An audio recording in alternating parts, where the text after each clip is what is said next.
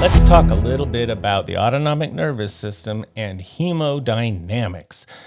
That's a funny word. Hemodynamics, right? How your blood moves around is kind of what hemodynamics means. And it is determined almost entirely by the autonomic nervous system.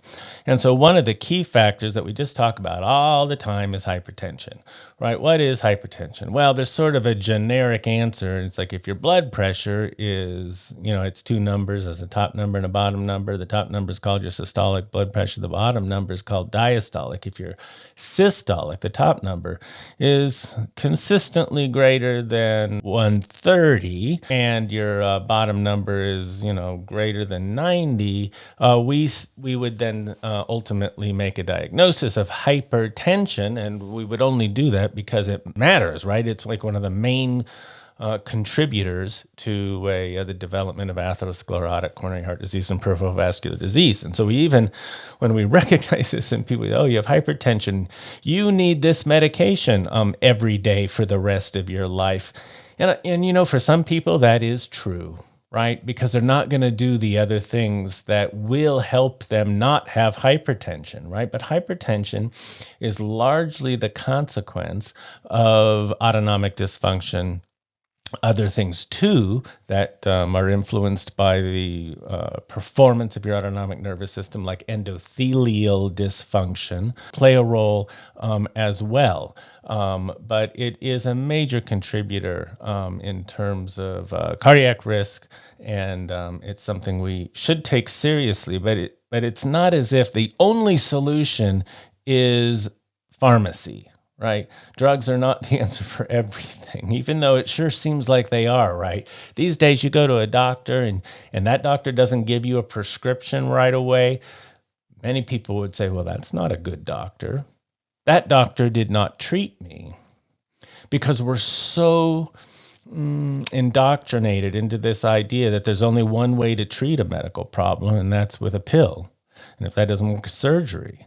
Right. And if pills and surgery don't work, sometimes we'll just get radical and talk about fitness and nutrition and lifestyle, like crazy fringe ideas. Right. It's so backwards. It's so upside down. But that is the state of affairs, unfortunately, of American medicine to a great extent. And now, this heart rate variability thing we were talking about really sort of reflects this chronic hypersympathetic state, an imbalanced autonomic nervous system where the sympathetic component is turned up too high, right? And what it is, in terms of its sort of technical definition, heart rate variability is the measurement of time between heartbeats and how different it is between these two heartbeats and those two heartbeats, right? So you measure that time interval between a whole bunch of successive heartbeats, and then you see how different it is between different sets of heartbeats. Does that make sense? Right. So how variable is the time between individual heartbeats? That's heart rate variability. And we know it goes down as people get older. Right. And we also know that the autonomic nervous system is likely to not function well as people get older. Right. So both those things are associated with age. But I would submit that what makes heart rate variability goes down tends to be more sympathetic dominant state. And for some people, that may be something they experience as they get older. So the thing is, the kinds of things we sometimes resist doing, like meditation. How many times have you been told it's probably a good idea to learn how to meditate, but you don't do it because it's uncomfortable? If you're not in the habit of meditating, it's uncomfortable to sit quietly and not think for even a short period of time.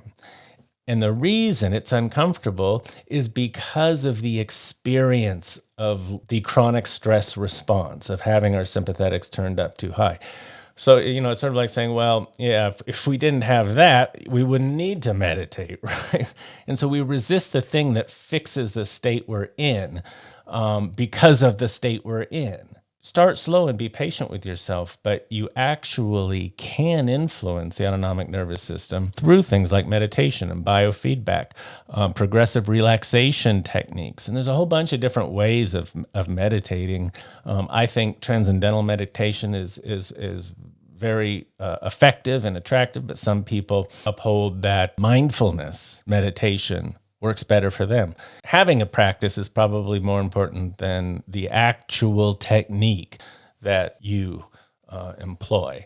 So that's something worth thinking about. And it's kind of proves a saying I have, that we should resist the things we gravitate toward and gravitate toward the things we resist. In general, that provides good outcomes for people, right?